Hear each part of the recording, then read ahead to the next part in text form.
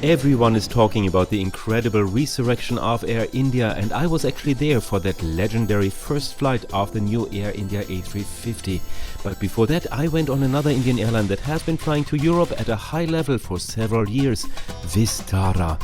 I'll tell you now why this might not be the case for much longer, what makes Vistara special, what's the best way to book here, and how I almost lost 6 flights because of a stupid mistake. Let's start now in Frankfurt with Blizzard.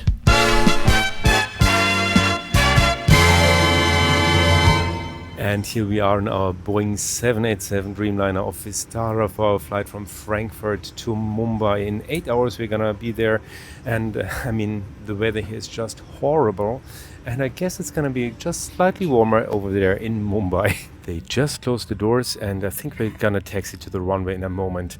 Upon boarding, we got welcomed with orange juice or apple juice, so there was no champagne on their trays, but of course they do have champagne during the flight and also other wines. Then they got us some hot, wet towels, and then there's the menu already here on the seat, and they also took the orders already for dinner and also for breakfast in the morning. And then there's an amenity kit, and some slippers were already there on the seat.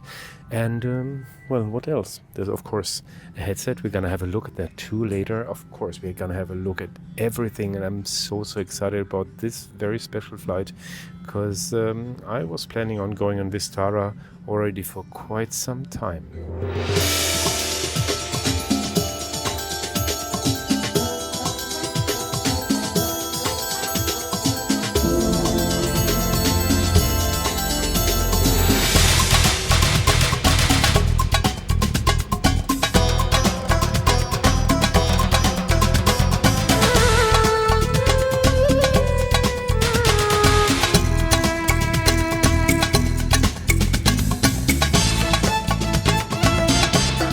Vistara is still a very young airline, but they have the reputation of being the best Indian airline when it comes to comfort, overall comfort, seats, modern seats, service and so on. But also, they're not going to live very long, because actually the majority of the stakes is owned by the TATA Group, the Tata sons, and that's actually the family that bought up Air India. Air India was founded by the grandfathers, I think, grandparents of the current Tata sons, and then they gave over Air India to the government, and now they took it back. They bought it back, and now they own Air India, and they also own the majority in stakes of Vistara, and that means that they will merge the two airlines in the future to have one huge Air India in the future. So that's actually the plans, and I think if they succeed, because they also want to have a really high level of comfort for Air India, and if they succeed, they're gonna be a real global player. And so it's gonna be super interesting what's gonna happen in the future with India when it comes to aviation.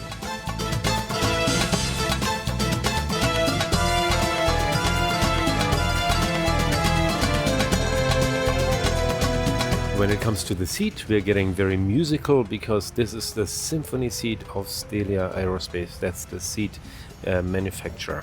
So the symphony seat you might know already from a couple of other reports on my channel, because this is the seat the Singapore Airlines uses in their regional business class on their short and medium haul flights with the Airbus A350 and Boeing 787 Dreamliner, and also Turkish Airlines is using this seat here on their long-haul Boeing 787 Dreamliner. So you might have seen this seat elsewhere. Anyway, the seat looks, first of all, very modern. It's super modern. It's very nice. It also gives some really nice privacy, because it goes pretty much up here, so you don't see the head of the rest of your fellow passengers. And altogether it's a little tight when you look at it, but once you sit, it's again quite nice. So I'm really curious how it's going to be in 8 hours flight. The foot coffin is not too small, but it's also not one of the biggest, so I'm curious how it's going to be during the flight as well. Then we have here all the modern stuff, we have here the compartment for storage, then we have here a little mirror to look at yourself, admire yourself, or just get depressed, up to you. And then we have here this thingy here that's as not responsive as with Singapore Airlines, and that actually is the part where you just change your seat position. Then you also have this fabric inside the seat shell that's reducing the sound, so the whole cabin gets less noisy. So that's quite handy too. Altogether a very modern seat, and I'm really curious now how it's gonna be on an overnight flight.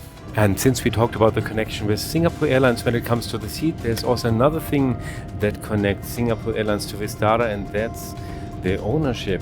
The other company that's a major owner in stakes of Vistara, besides the TATA Group, is Singapore Airlines.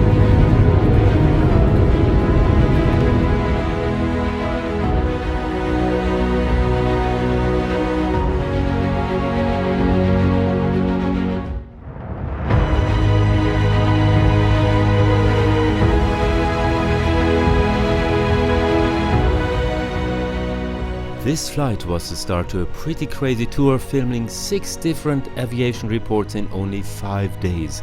But just in the night before, I not only saw that there would be heavy snowstorms on my way to the airport, but also that one letter of my passport was wrongly spelled in my Indian visa, which meant that the whole visa would be invalid. A total nightmare for every traveler, plus the predicted snowstorm that always makes the German railways stunned, although they happen every year. So what I did was I went to the consular service of the Indian Embassy in Berlin in the earliest possible morning. I went there, but they could not help me actually. So they just gave me a phone number and an email address. And with that, I wrote an email to the people there in India, and also I called. And of course, it's important that you have an application for that. You cannot just call to India because it's gonna cost you an arm and a leg. So I called them with Viber. And after half an hour, some visa officer helped me, and he told me he can correct it, or he can make it corrected, and I should expect an email with a real valid visa within 4 or 5 hours. And that was the 5 hours I needed on the train to Frankfurt airport. So I went on the train.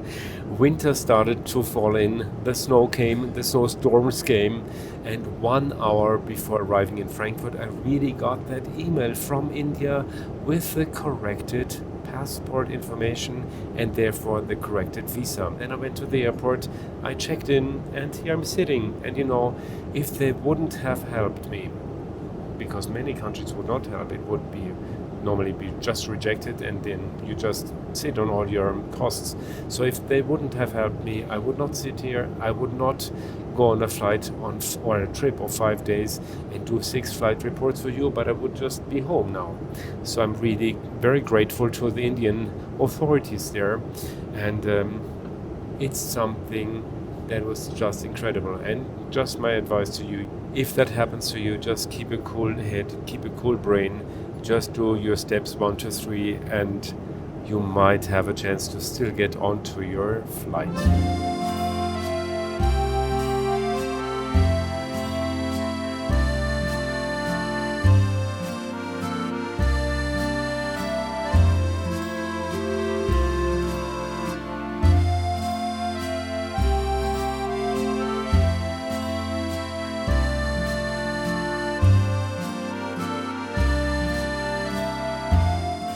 We just had dinner. It started with some Greek salad, and then I opted for an Indian dinner. So that was actually a chicken dish and then also the vegetarian variation of it.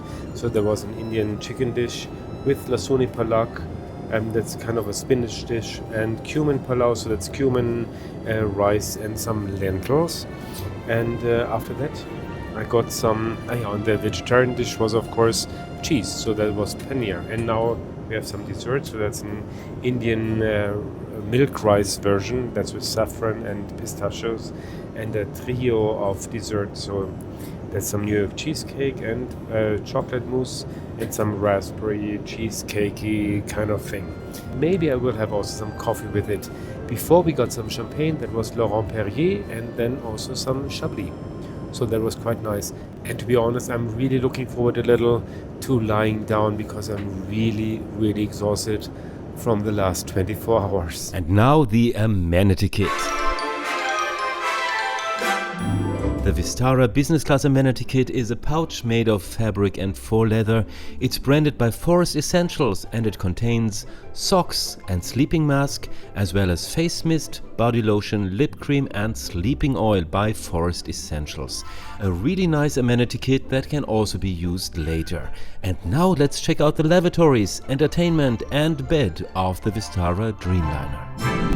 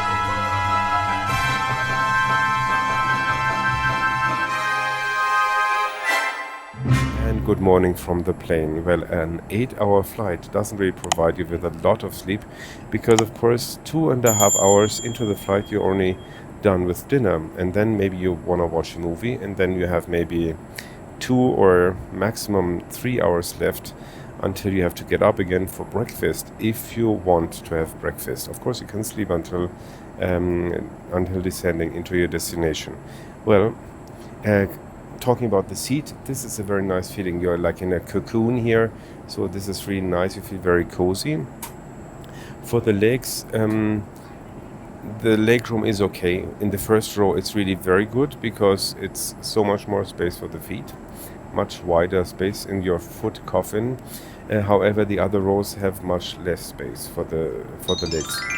I had to pause for a moment because, as you see, breakfast has magically arrived. Well, let's talk about the legroom still. The legroom is really good in the first row. The foot coffin over here in the first row is much bigger than in the other rows. It's, I would say, definitely much bigger than, for example, in the famous throne seat of Swiss in their Boeing 777s, where you have to pay quite a lot of money to get into those throne seats, which actually are not so great. They only sound great. The name sounds great. Anyway, the other rows here have not that much legroom, so you have to know that it's a little limited there. You don't have so much legroom. Of course, you will never have so much legroom as, for example, in the old Boeing 777s at Turkish Airlines, where you have no foot coffin at all. The old seats, you just lay down. They don't look very fancy, but they give you unlimited legroom because you just put your feet somewhere over there on your footrest. Altogether, it's a nice, very modern feeling. Of course, you have space, enough space here around the shoulders. You can turn around, so it's a really nice sleep that you would have if you had more time. Anyway, now we have orange juice and breakfast has arrived, so let's try that. If you like this and the well over 100 flight and travel reports on the two Traversing Flight channels, then please give me a thumbs up, comment on the video and subscribe to the channel with the little bell next to it to make sure that you don't miss out on any of the exciting videos that are released here. You'll help the channel with all its free content to grow and become more visible. Keep looking around Traversing Fly. There's for sure a few more reports that are just the right ones for you. It's so great to have you here.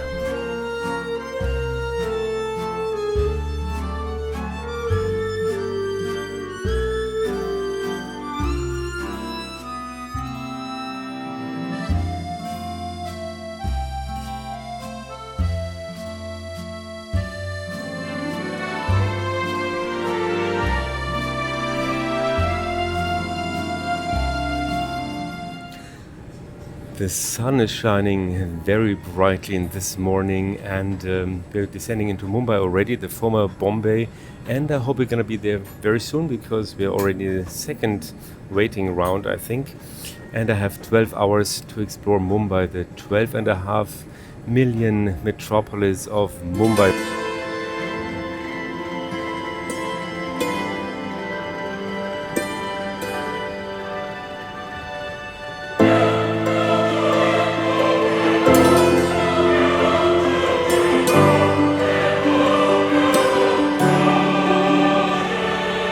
How about Vistara? How is this business class? Well, first of all, the seat is really very nice. Of course, this is a super modern, up-to-date seat, very, very clean, so comfortable. If you're in the first row, it's perfect. If you're in the other rows, it's just okay. I mean, you don't have so much leg room, but still you have more leg room than in some other airlines. They're kind of in the middle, so to speak. Then the service was very nice, very attentive, proactive staff, very friendly, not like superficial or so, that you don't really believe it anymore, but very friendly. Then the food actually was also good. I mean, there could have been more choices actually. There was just salad and no other appetizer, so if you don't like salad, you didn't get an appetizer. Then the main courses, they had 4 main courses, but they were a little too similar to each other, so there could have been a little more variety. Still, they tasted very good. Desserts were very good. Breakfast was very good too. And also the drink list. I mean, they had good wines. They were not outstanding, but they were good. They were decent. So altogether, that was really fine from the point of view of catering. Also, they had some little snacks and coffee and so on, so that's all fine. Then the amenity kit was really nice, very nice products inside the amenity kit, and they provide slippers, because there's still some airlines out there that don't provide slippers in business class, so you're supposed to walk around for 10 hours or sit on your seat for 10 hours with your street shoes or go to the bathroom barefoot. I don't know how they think. Anyway, Vistara does have slippers, and that's very important, I think. And other than that, altogether a very nice experience. So I would really fly them again. And you know, the competition here is Air India and Lufthansa. Of course, Air India at the moment is not there yet. That's the airline to look out for the next 10 years. It's going to be really interesting how they're going to develop into a very modern new airline. Last year I could already see major changes at Air India despite an outdated cabin, but the first flight of Air India's new Airbus A350 gave us a preview of what the future is holding for us on the subcontinent with the world's most populous country, namely a strong rise in air traffic and above all a new Air India. Modern with high standards, with great amenities in premium classes, modern economy class and full catering even on short-haul routes. And Vistara will now grow into this group with its own experience and the service know-how of Singapore Airlines. So there's reason to be excited about developments in India. And then there's Lufthansa, and Lufthansa of course doesn't have a modern fleet. At the moment they do have the Dreamliner on one route, I think that's Munich to Mumbai, that is the Dreamliner, and that's actually a former Philippine Airlines plane, so they do have nice seats of course. For the rest of the routes to India, normally it's just a very, very old Boeing 747-400. I think that's more or less one of the last Boeing 747s, 400s that fly around for passengers. And you go on there for nostalgic reasons, right? Not for comfort. Anyway, on the routes to India, this is really the right choice, and I would fly them again. Vistara business class flights to Europe have recently been significantly cheaper than the non-stop competition. In addition, Vistara is not a full member of the Star Alliance, but it's a partner of Lufthansa's Miles and More program, so you can easily book business class flights between India and Europe via Miles and More for just 56,000 miles. Big advantage, Vistara does not ask airline surcharges. Here too you save a lot of money compared to award tickets with Lufthansa or Swiss.